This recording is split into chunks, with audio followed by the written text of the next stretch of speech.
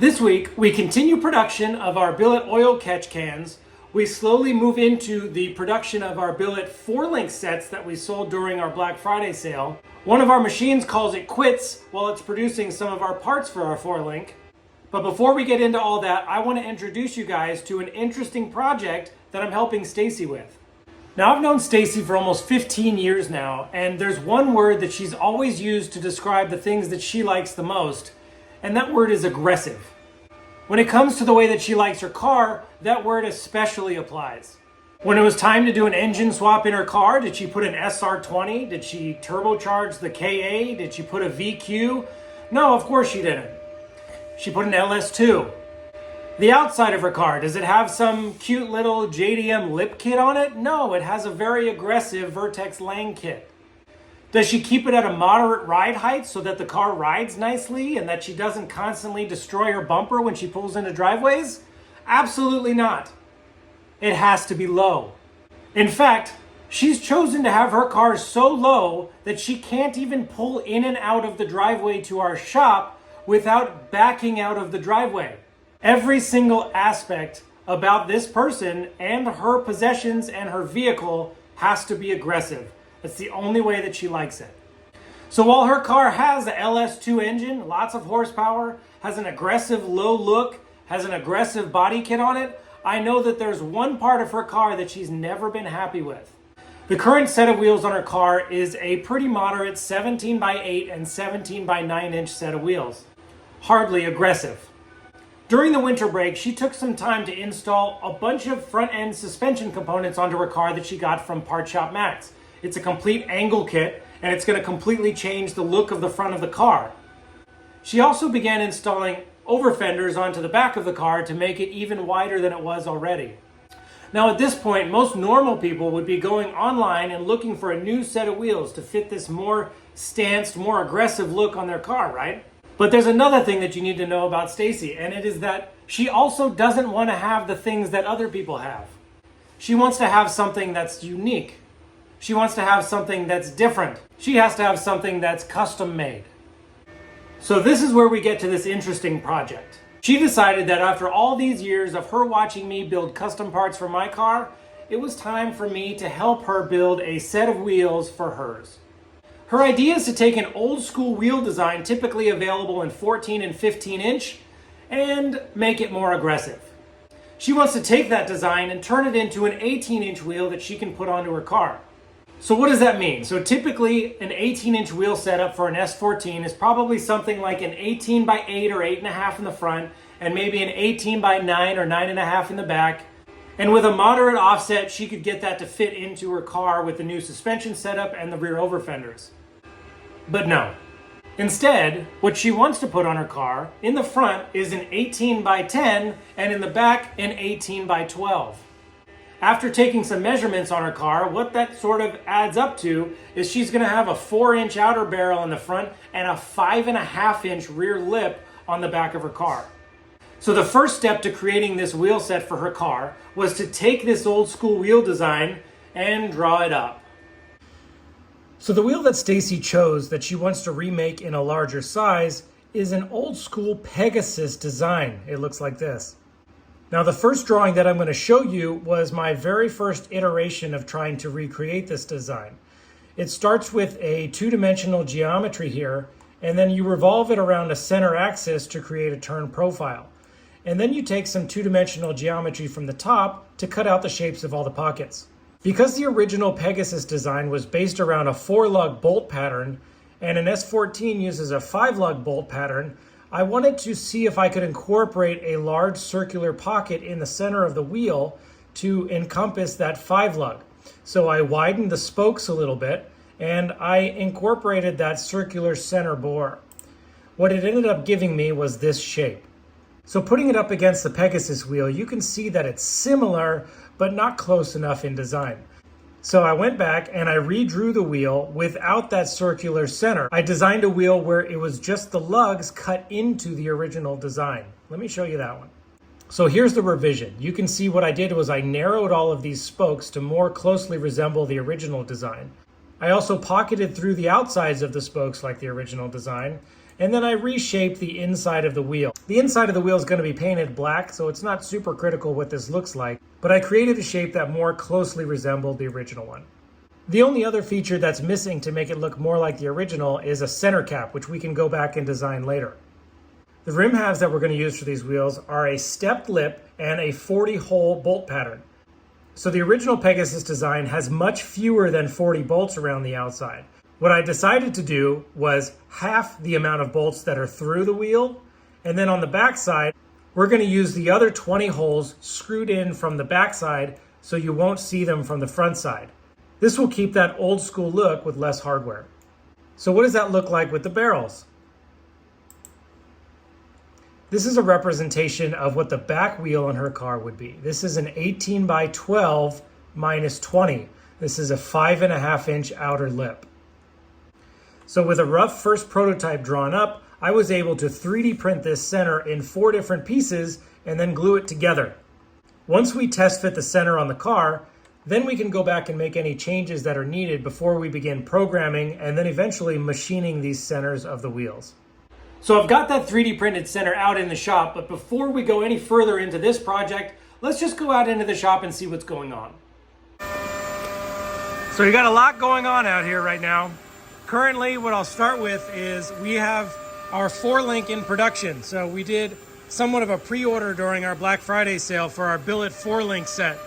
These are the lower links going through the first operation. So we've got probably a little bit over half of what was ordered finished on the first operation. Then they're going to get flipped over, and then they'll get run in the second operation. These are run in the Haas DM2. First operation is just held in 2 vices. Second operation is the same, just flipped over and put into soft jaws.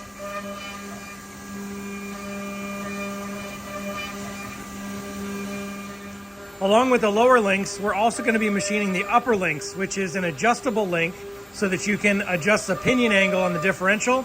It also has a unique shape that wraps around the rear axle housing for lowered vehicles that gives you more clearance.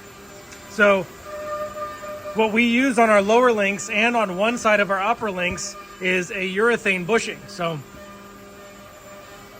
we've received all of the urethane bushings that we're going to be using for these kits.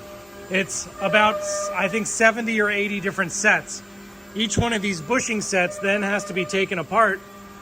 And because these are manufactured in inch size, but the A86 chassis uses a metric width, we have to actually saw cut all of these bushings a little bit smaller. So I've got to go in and saw cut a couple hundred bushings for these sets. Another part of the upper link is the adjustable rod end. So I decided on these kits that we use a really high quality FK bearing rod end. It's a 3/4 inch rod end. It's forged, it's zinc plated, really durable. But to get this to work so that you only have to adjust one side of the upper link when you're adjusting its length, we use an internally and externally threaded nut here so that you can just twist this nut. It has a left hand and a right hand thread. You can just twist this nut to extend the rod end in and out. So we already have all of those machined. They're just waiting to go out to plating.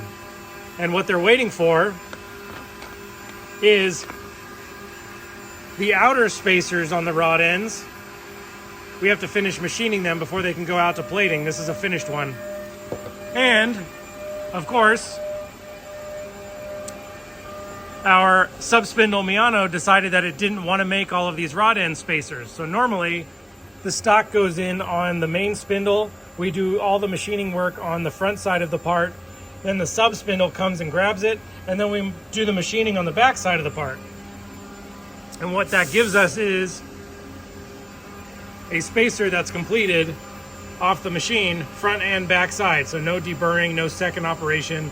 And this can just go right to plating and come back and be a ready to go product. But because this machine decided that it didn't want to do this anymore, I pulled it apart and I spent about a half a day trying to figure out what the issue was. It's giving me a level down alarm, which could be a couple of different things. Typically, this means that air pressure is low, or in some cases, hydraulic pressure is low. There are a couple of different things on the machine that are operated with hydraulic pressure I've had this alarm before, and what it ended up being was one of the proximity switches for the locking position on the sub spindle was not reading correctly, and so it thought that that pin was out when it was actually in, and it was alarming because of that. So I've actually gone through and checked both of the locking pins and their switches, and they seem to be working correctly. So after that, I've sort of given up on this, and what I'm gonna have to do is I'm gonna have to take this one and done program and make it a two and done program on our older Miano. So I spent the whole morning this morning setting up the first operation here in our 2-axis single spindle lathe. And so we're going to be doing these one at a time. But now it's going to require a backside operation to back face, chamfer, and deburr that hole. So I now have to make about 150 of these, one operation, then flip them over, run them second operation, and then they can go all to zinc plating. I'm really hoping I can get that done by the end of this week, but we'll see. These are the joys of operating your own small business, is that you have to deal with machinery that sometimes calls out sick. In our VF2, we're finishing up the coolant reservoir assemblies for the oil catch tanks. The third and fourth operations are running. These are done, ops 1 and 2. I wanted to run this on the 4th axis, but I couldn't find an elegant way of holding on to it on our little vise that we have on our 4th axis. So the 3rd and 4th operations are the holes that attach it to the oil catch can portion, and then also these front holes. And I even added these engravings onto the lower section and the upper section. So now you'll have a reference point when you're looking in that sight glass on how full the reservoir is. So these will just get washed, cleaned up, and ready for assembly. Now the upper portion of these reservoirs has been running in our VF1 machine. There's nothing in there right now because they're all over here. So these are a 3 operation part. Op 1 and Op 2 is completed on all of these. Op 3 is just going to be that threaded side hole for the sight glass and also the engraving to tell you when it's full. So these are going to be set up for that 3rd operation today. Those should be all done tonight, and then we can move into the oil catch can portion, which is all this extra material here. So these are going to be split between the VF1 and the VF2. And last but not least, here's that big 3D printed Pegasus style wheel that I'm going to end up sanding and painting so that we can assemble it into a prototype on Stacy's S14, which we're going to continue to work on this whole week. So this is obviously with a 1-inch lip, but it's going to be a face-mounted wheel. I designed it so that only half of the hardware is exposed on the front side. The other half is going to be hidden from the back side to give it sort of that retro small number of bolt look. Now the actual wheels that we're going to be making for a car are going to be a 4-inch outer on the fronts and a 5.5-inch outer on the back. So a much bigger lip than this, but you kind of get the idea.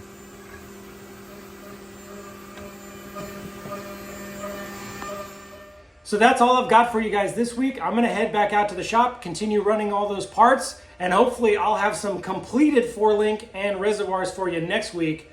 But anyway, I'll see you guys next week.